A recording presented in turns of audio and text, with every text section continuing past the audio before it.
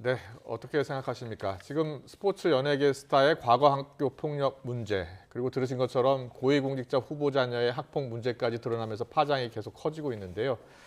특히 학폭 사건 가해자들이 소송을 통해서 최종 결론 나올 때까지 시간을 끌면서 입시에 활용하는 것으로 드러나서 더 충격적입니다. 네, 그렇습니다. 학교폭력 가해자들의 구제법으로 악용되는 학폭 소송 전 근본적인 대책이 있을지 함께 짚어보겠습니다.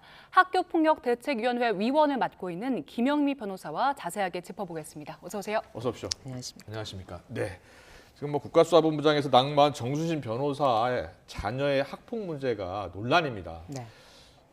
잘못을 했으면 사과가 먼저인데 소송을 한 겁니다.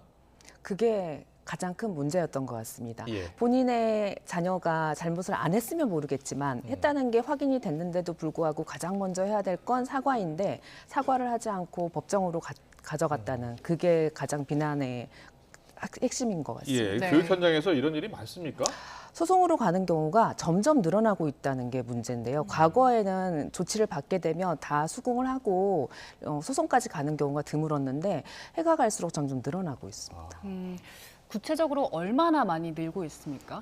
구체적인 수치까지는 모르지만 기본적으로 이제 학교 폭력으로 신고하는 비율도 좀 늘어났어요. 전반적으로 늘어나다 보니까 부모들이 받아들이는 수위, 그러니까 내 자녀가 이 정도 가지고 학교 폭력이라니. 라고 하면서 부모 세대와 자녀 세대의 이제 인식의 차이가 있다 보니 이런 거 가지고 학폭이라고 하게 되면 이건 너무 큰 문제다라고 해서 법정으로 가게 되고 그게 이제 학교 폭력이 아니다라는 결론을 받고 싶어 하는 경우가 있죠. 네, 인식 차이를 짚어주셨는데 네. 그거 외에도 네. 이게 생활기록부에 기록이 남다 보니까 입시에서 좀 문제가 되지 않을까 이런 우려 때문에 학폭 소송이 이어진다는 분석들도 있더라고요. 네, 또 다른 문제가 그건데요. 보통 이제 초등학생이나 중학교 자녀 같은 경우는 졸업과 동시에 삭제되는 경우가 많습니다. 그래서 입시하고는 크게 상관이 없는데 뭐 예를 들어 공부를 너무 잘해가지고 특목고라고 예. 하죠. 그 특목고를 가게 되거나 대학 입시를 하는 경우에는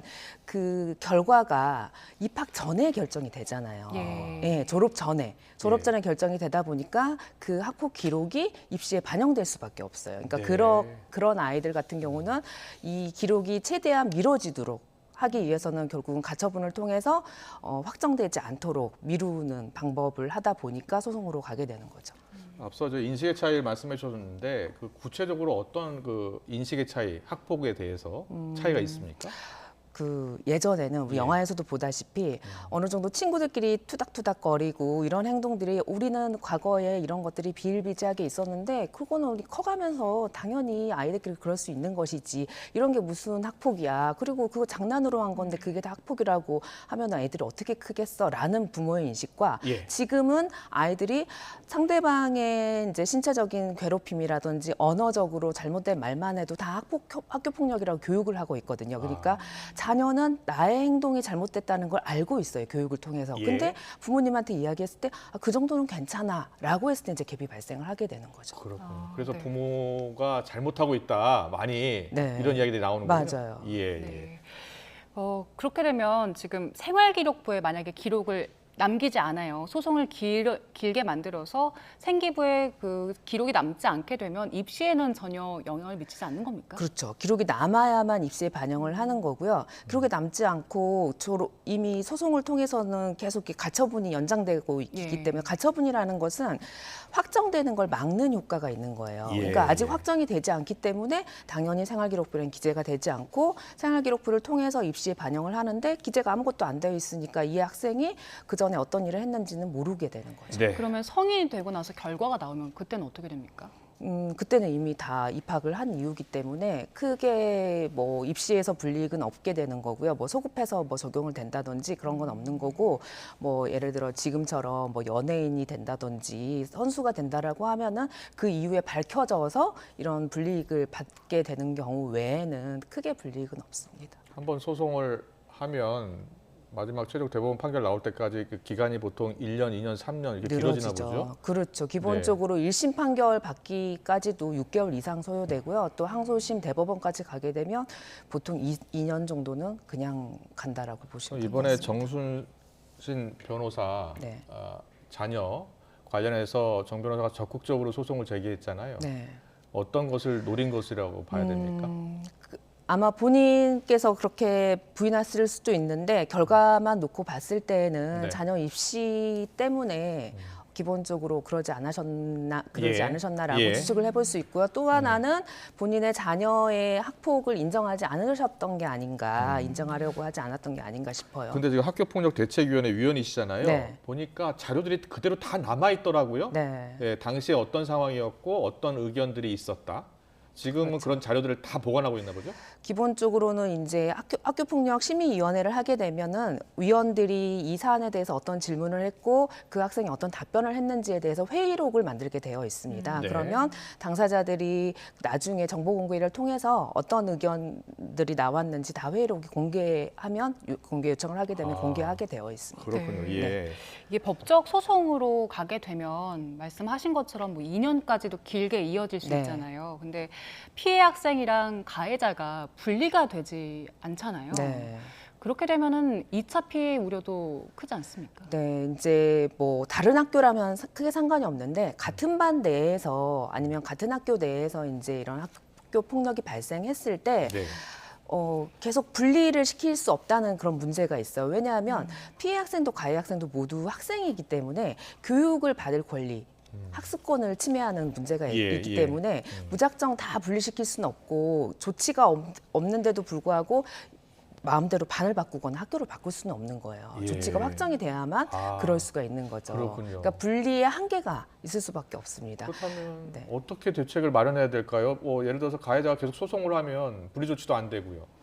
그런 경우 정말 난감한데요. 대부분은 근데 그런 경우는 정말 거의 드물다고 이 정승신 변호사의 자녀 같은 네네. 사안은 네. 많이 드물고요. 대부분은 이제 이런 학교 내에서 사안이 발생했을 때 지도를 합니다. 예. 더 이상 피해 학생에게 또 다른 가해 행동을 하게 되면 너는 또 다른 또 학교 폭력이 되는 거예요. 네. 그때 또 학교 폭력이 발생했기 때문에 그러면 더 심한 조치가 되기 때문에 아이들도 어른과 달리 아이들은 하지 말라고 하면 그래도 좀 듣는 경향이 있습니다. 그래서 예. 그렇게까지 2차 가해가 또 다시 발생하진 않는데 이렇게 심각한 경우에는 같은 공간에 있는 것만으로도 너무 큰 피해자에게 예. 고통이 되는 거죠. 예. 이럴 경우에는 사실 대책이 마땅한 대책이 현재로서는 없습니다. 네. 그냥 이제 경고를 계속해서 주는 거 외에 네, 그렇죠. 강제적으로 할 수 있는 건 없다는 네, 말씀이신 네. 거죠? 네.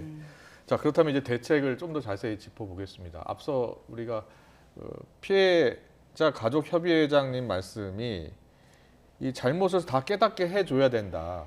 특히 가해자의 경우에. 네. 그리고 이것이 결국은 부모님의 어리석은 왜곡된 사랑 때문이다. 이런 지적을 해주셨어요. 네. 피해자 가족협의 회장님께서. 네.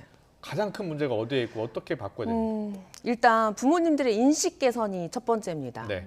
내 아이 너무 소중하잖아요. 보통 요즘은 또 자녀를 한 명 아니면 2명 정도 낳는 추세이기 때문에 예. 그 아이에게 내 모든 것을 바칠 정도로 너무 소중하게 잘 키우십니다. 근데 또 하나의 문제점은 내 아이도 잘못을 할 수 있다는 것을 인정하지 않으려는 그리고 내 자녀가 잘못을 했을 때 제일 먼저 해야 될 거는 내 아이를 두둔하는 거는 부차적인 거고 네네. 먼저 잘못을 한 이제 그 피해를 당한 아이에게 진심으로 사과를 하게 하고 다시는 이런 행동이 재발되지 않도록 교육하는 이게 첫 번째인데 부모님들은 내 아이가 이걸 인정하는 순간 내 아이 장래에 큰 문제가 발생할 수 있으니 어떻게든 이걸 무마시켜야 되겠다. 예. 이런 생각이 큰 문제인 것 같아요. 이게 네. 그 가정 안에서 조치가 어렵게 되면 일단 학교 현장에서 즉각적으로 그 가해 학생들에게 해줄 수 있는 조치가 따로 없습니까? 지금 법적 처분을 안 받으면은 다른 방법이 없다고 하시죠. 지금 이제 학교 폭력으로 신고되는 경우에는 신고되면 무조건 조사를 해야 됩니다. 조사를 해서 이게 학교 폭력 사안이라고 하게 되면 조사를 다 한 다음에 학교 폭력 이제 각 교육지원청마다 학교 폭력 대책 심의위원회가 있는데 거기로 서류를 다 해서 넘기게 되는데 학교에서 학교 폭력으로 신고하기 전에 교사가 좀 더 그 아이들에게 학생들에게 관심을 갖고 어떤 갈등 상황이 문제가 되면 이 아이들의 갈등을 해결하고 서로 대화를 통해서 화해할 수 있도록 이런 좀 능력이 키워져야 되는데 요즘은 이제 부모님들도 어떤 문제가 발생하게 되면 즉각적으로 학교에 항의하고 이러다 보니 교사들도 그 민원에 대한 두려움이 있어서 대부분은 그런 갈등 해결하는 걸 좀 주저하고 계시는 그렇군요. 그런 예. 측면도 있습니다. 저희가 국회 자료를 보니까요. 네. 근데 학교 폭력 가해자 행정 소송 승소율이 17.5%라고 하더라고요. 네. 생각보다 높다라는 생각이 들거든요. 소송을 가는 경우는 두 가지 경우가 있을 거예요. 예. 첫 번째는 학교 폭력이 아닌데 학교 폭력으로 조치받았을 때 그 하나하고 또 아. 하나는 학교 폭력은 맞지만 우리 아이가 했던 행동에 비해서 너무 과한 조치가 나왔다. 과도한 조치가 나왔을 네, 때. 네. 그럴 때 예. 두 가지 경우에 학교 이제 행정소송으로 가게 그렇군요. 되는데 예. 그럴 경우에 이제 10건에서 한 2건 미만으로 나온다는 거잖아요. 그러면 네. 이게 학교 폭력이 아니라는 것도 있겠지만 조치를 좀 다운시켜라라는 네. 경우도 과도한 있어서 조치를 받았을 때. 네네. 아. 그래서 이게 20%가 못 되는 정도인데 그래도 좀 일반 소송 사건에 비해서는 높은 편이라고 볼 수 있겠죠. 네, 네. 네. 피해 학생이 이 승소 결과에 대해서 불복해서 네. 반대로 뭐 재심 청구하는 경우도 있습니까? 네, 피해 학생이 이제 학교 폭력 조치가 나오잖아요. 그럼 예. 가해 학생에 대해서 1호부터 9호까지 조치가 나오는데 예. 나는 내가 당한 피해에 비해 피해를 기준으로 봤을 때는 가해 학생 조치가 예를 들어서 전학 정도 받았으면 좋겠는데 전학이 아니라 예를 들어서 뭐 학급 교체 정도 나왔다 그러면 이거 너무 약하다라고 예. 생각했을 때 피해 학생 측에서도 행정 심판을 제기할 수 있습니다. 예전에는 재심을 할 수 있었는데 이제 다 행정 심판으로 일원화됐기 때문에 가해 학생도 피해 학생도 다 행정 심판으로 불복을 할 수가 있습니다. 네. 그러면 결과가 뒤집히기도 합니까? 네, 뒤집히기도 합니다. 네, 그렇군요. 당연히.